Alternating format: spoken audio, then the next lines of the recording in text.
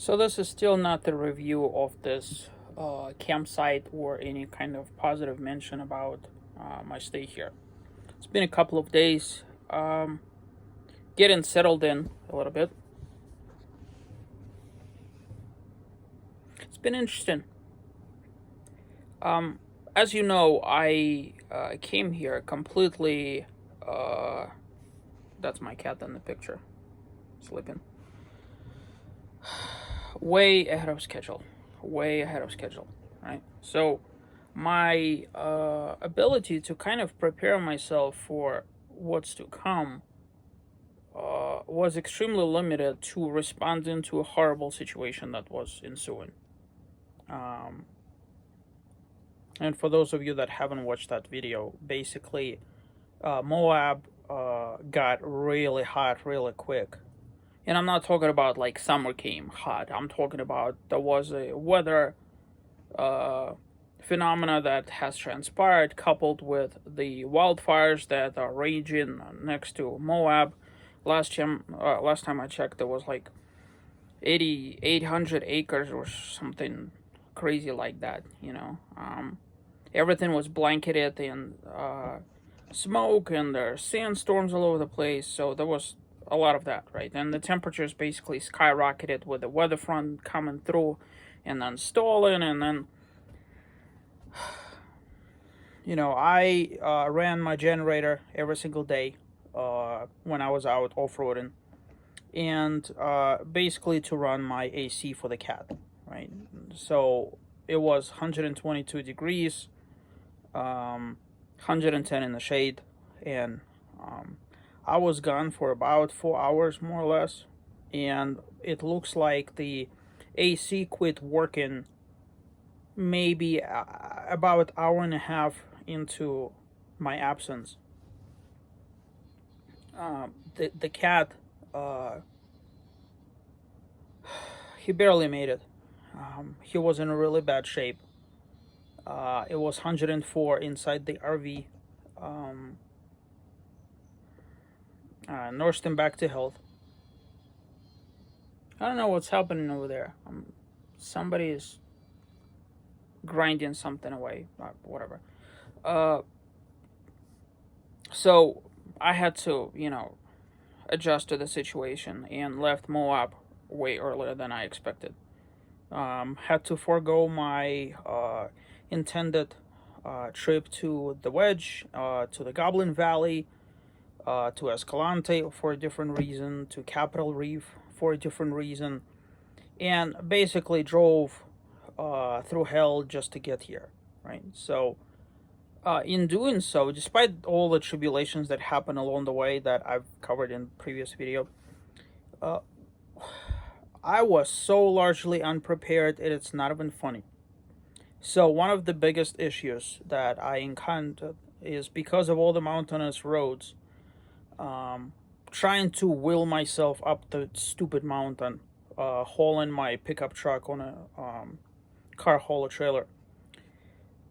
I managed to burn, like I filled up my tank to the fullest in Moab.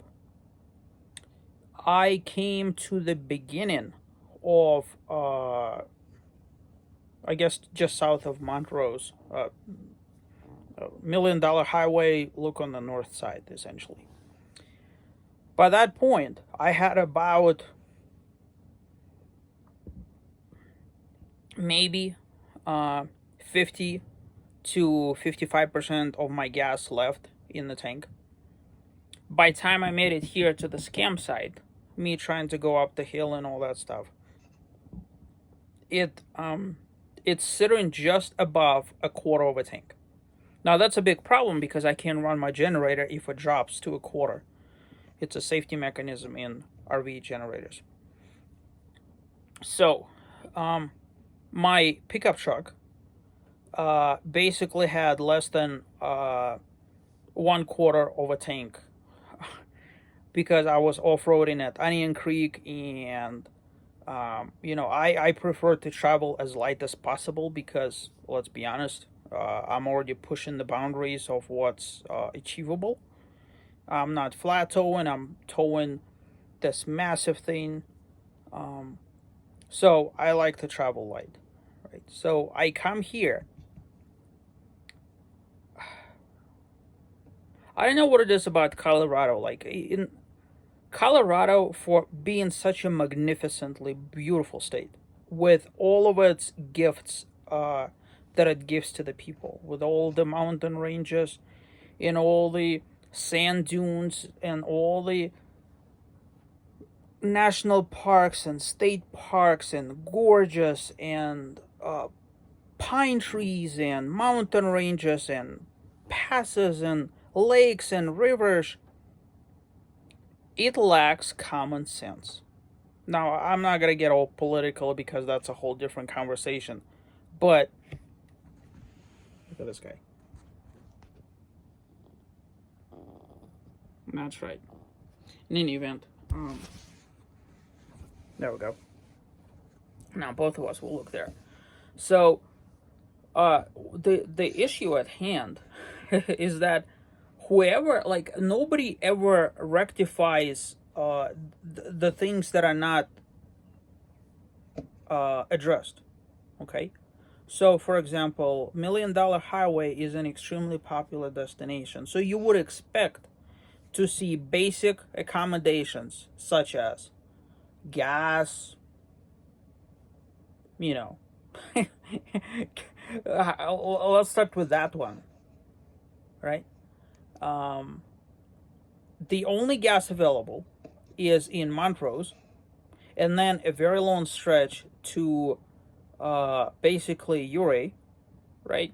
And then a very long stretch to Silverton, and then a very long stretch to Durango area, right? There's nothing in between. And all sorts of price gouging here. Oh my God. They are so despicable, it is not even funny. The Gas Buddy app, or even the advertised numbers like on their display, it will show something like $3.49 a gallon, which is kind of pricey if you ask me, but whatever. And then you pull up over there and it's $3.89 a gallon. It's crazy how it is, isn't it? And there's absolutely no reason. Trust me, I've tried. I've driven that way and that way. It's all expensive, and the money that you're essentially burning in trying to drive far, trying to hunt for cheaper prices, you're gonna save by not going there in the first place, and paying just a little bit more in terms of fuel costs. There's no potable water. You have to buy it. Okay. There's no RV dump stations. You have to basically either pay for the campground that has inbuilt dump stations to every site, or in Silverton there's an actual place where you could dump for a fee. You could also fill up water in there also for a fee. But it is the stupidest thing I've ever seen. If you have an RV and you're trying to dump your tanks at that particular facility, your dump valve and the outlet and all that stuff are on the driver's side, which is the reason why every single dump station known to exist has it on the driver's side, right? This one has it on the passenger side, and it has it in such a place where you physically cannot fit your RV to dump your tanks. You can't get from the street, not from inside the park, not like you physically have to maneuver basically back into it whilst navigating between the buildings. It's such a mess. You know,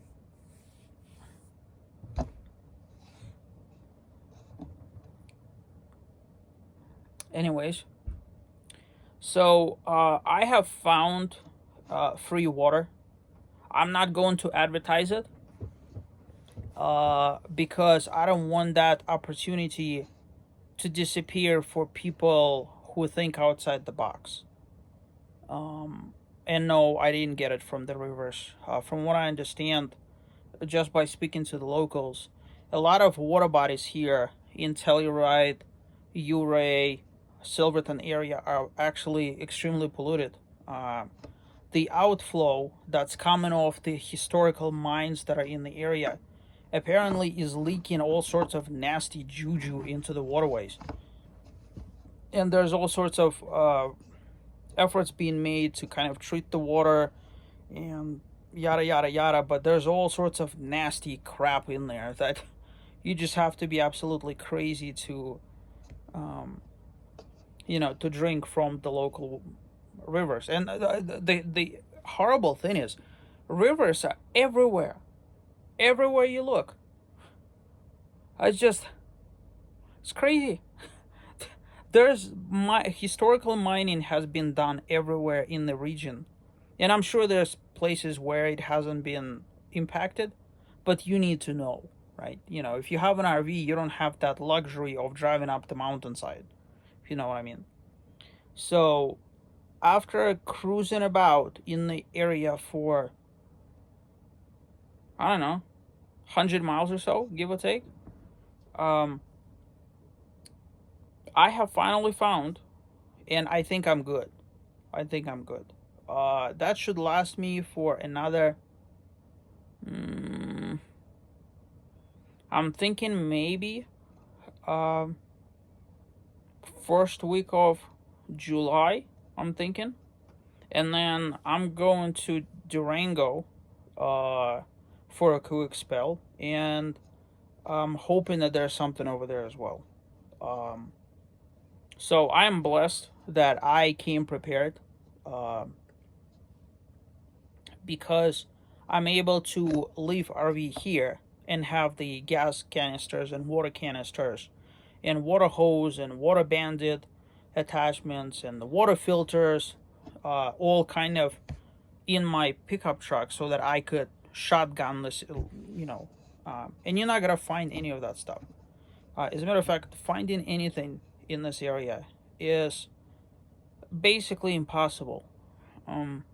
There's no pet stores, with the exception of this feng shui. Uh, I don't understand why they even have it. But in Ouray, there's it looks like there's a vibrant thespian, flamboyantly weird crowd walking designer dogs that are like painted in all sorts of colors. Um, so they have a store specifically for dogs that are like that crowd, right? But if you have a cat, one of the first things that you need to have in your RV is cat litter. Now, I'm blessed that for the next couple of weeks I'm okay with cat litter, but have I not bought it when I bought it, I would have been in a horrible place. And cats are very picky when it comes to cat litter, so you can't just buy any cat litter. They're just not gonna go and they start doing their business elsewhere. So, I found one store that sells the wrong kind of cat litter, right? And it just doesn't help me not one bit. Grocery stores here are absolutely just, especially in Silverton. Silverton is a. I'm like deeply and profoundly ashamed for Colorado, for letting Silverton go to waste. Um, there's nothing significant or remarkable or anything about Silverton at all. There's just not. There's like it's part of my language, but it's a shithole. It's a withering, dying, lack of history dump, and such a horrible thing that that's actually the case, because it has missed an incredible opportunity to be such a significant tourist trap in the way that Ouray is, right? By contrast, Ouray is exactly the opposite. It has Victorian era or earlier buildings. Everything is like, just like what you would expect from a quaint mountain town. Has little coffee shops and little gift places, and people are walking on the street, and there's like all the typical things that you would find in a place like, for example, Lake Placid, New York, or I don't know, West Palm Beach, or maybe Key West or something of the sort, right? Ouray is a beautiful place to be in. I just came from there. As a matter of fact, I spent a couple of hours there, just exploring and checking all of that out.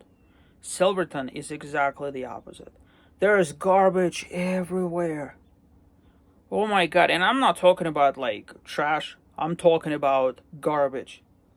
There's trailers and dilapidated cars, and it's like everybody has a competition for whoever is the biggest hoarder. There's just heaps of it, like just everywhere. Every single yard, no matter where you turn, you just go like, what the you know? Um, it has nothing going for it. And I've driven on all the streets, because I was trying to find where to dump tanks and where to fill up propane, where, if there's a grocery store over there, where the gas station is, and, just scoping out territory, because I'm supposed to be going to Animas Forks Drive, which I've already gone to the beginning of it, like Maggie Gulch and Eureka and all that stuff. But so I've been in Silverton twice over the course of 2 days, and I've explored every single street in Silverton. There's just nothing going for it. It's such a horrible state that it's in. It's just withering. It's dying. Everything about Silverton is just dying. Ouray is a vibrant community filled with just like I just don't understand how Silverton could get it so wrong. Um, Now, interesting thing about just general availability of stuff. Good luck finding anything. Now, in Ouray, there's a hardware store that you could go and buy a hammer or nails or some, stuff like that. But it has like nothing else going for it. It has a microscopic grocery store with just bare necessities of purchasing just to survive through your like quick little stop in Ouray for maybe like a weekend or something. There's no box stores, there's no grocery stores like you would see in Moab. Like in Moab, there's multiple grocery stores and multiple hardware stores and multiple repair shops and multiple of like here, even the car repair shop is just hole in the wall place with a waiting list, right? It just completely behooves me how in this area that's extremely popular for off-roading, there's nothing for off-roaders. No souvenir shops for off-roaders, there's no supplies for off-roaders, there's no nothing at all. I don't know why that is. It's just, it is. If you break down, there's a couple of places where you could go, one in Silverton and one in Ouray. And both are hole in the wall places where yeah. If you're coming this way and you're not just driving through just to drive through, and you intend to stay, do yourself a favor and stock up on everything that you need for at least duration of your stay plus additional couple of weeks, just in case. Because like to get you an idea, from where I'm standing right now to Durango is about 39 miles. Okay? In mountain roads, twisting and winding and up the hill and down the hill, it will take you an hour and a half to get there. Right? If I wanted to go to Montrose, it would take me about 2.5 hours to get there. That's just not It's just not. I'm sorry. It's not a good place to be. Absolutely not. If you could help not having to deal with all the brouhaha that comes with, um, and mitigate for it ahead of time, do it. Come here stocked with water, stocked with gas, stocked with provisions, stocked with necessities. If there's requirements, like if you have a spare waste tank, bring it. There's like all those little nuances that shouldn't be an issue, but are an issue, and that's only because it goes largely unaddressed by Colorado. I mean, how difficult is it for them? Here's the weird thing, right? Today I've gone to just explore Uray. And I took this road. I'm not quite sure what it was. There were like a whole bunch of signs for amphitheater. I never made it to amphitheater. I don't know what that is. But as soon as you enter, there are signs in there, right? Like plastered every 10 feet or so on stakes. It says no camping, and then it says the reason why no camping. It's because people have been leaving garbage where they were boondocking on that road. You know, that's a problem that's very easy for you to fix. Okay, you just put out a garbage dumpster and you collect the garbage. Like in Willow Springs in Moab, right? They had the foresight to put portable toilets so that people in tents didn't have to defecate in the desert, leaving toilet paper and waste all over the place. Right? It's the same difference. I mean, they doesn't cost them anything. Well, okay, it will cost them, but it will make up for it through whatever, right? You know, tax every tourist an additional couple of cents or whatever. There's no RV dump stations. There should be. There are none. There's no potable water available for the tourists. There should be available, right?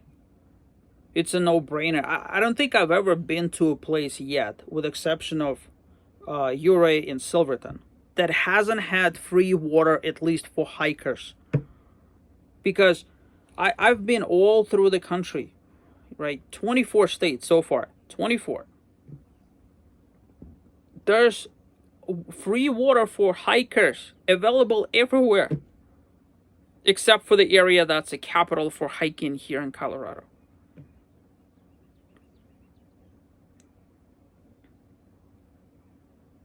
But then, of course, it's Colorado. So, nothing surprises me about Colorado. It has priorities on their own thing, and I think there's a lot of room for improvement. That being said, it is incredibly beautiful out here. Doesn't matter which direction you look, it looks completely different. The colors, the lushness of vegetation and abundance of rock cliffs and waterfalls, like I'm talking about like 1,000+ foot waterfalls just trickling down the mountains. And today I saw a deer. That guy was beautiful. Oh my goodness. There's just beautiful scenery everywhere. And if it wasn't for those minor inconveniences that shouldn't even have to be an inconvenience, it would be a substantially better experience, if you ask me. Now, in future, there's going to be things that are different. You know, in case I ever make it out to this part of the country again, in the future, there's going to be changes to how I travel, what I travel with, and all that stuff. And I'm gonna be far more prepared for this kind of thing, so that I'm more equipped to handle all the inconveniences. That being said, it's a very nice change of pace from the desert environment. It's like 70% humidity here, when it was like 5% in Moab. Temperatures here only keep falling. Like today, it's supposed to be 43 at night. And I think either tomorrow or on Saturday, it's supposed to get down to 39 at night. Right? And it's going to stay in that 70 to 40 range, at least for like the next 10 days or so, or something like that. Some positive things that are happening. The positive thing is that the trails, some of the trails have begun to open up. So that's good.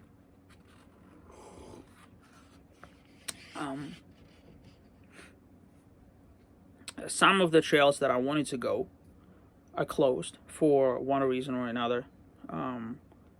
Maybe not even to do with clearance of snow. It talks about like the road that I'm in right now.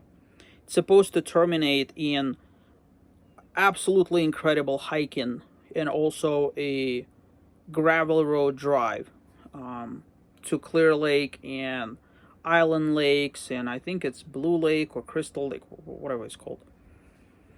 It's closed. Something about ice fire, whatever that is. I don't know what that is, so right. If they never open it, I'm just gonna have to go without it. It's gonna be very painful because I planned like 4 trips just in this neck of the woods. But some of the other trails are opening up, and so my goal over the next,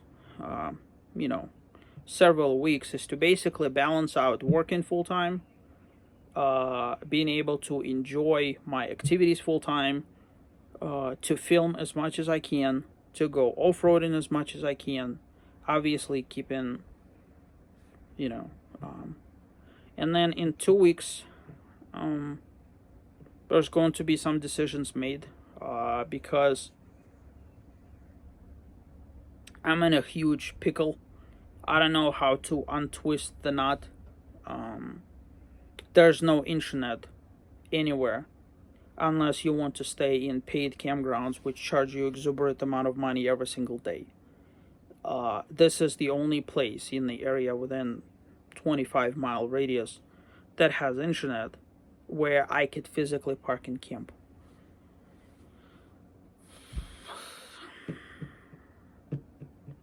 I'm here for 6 weeks.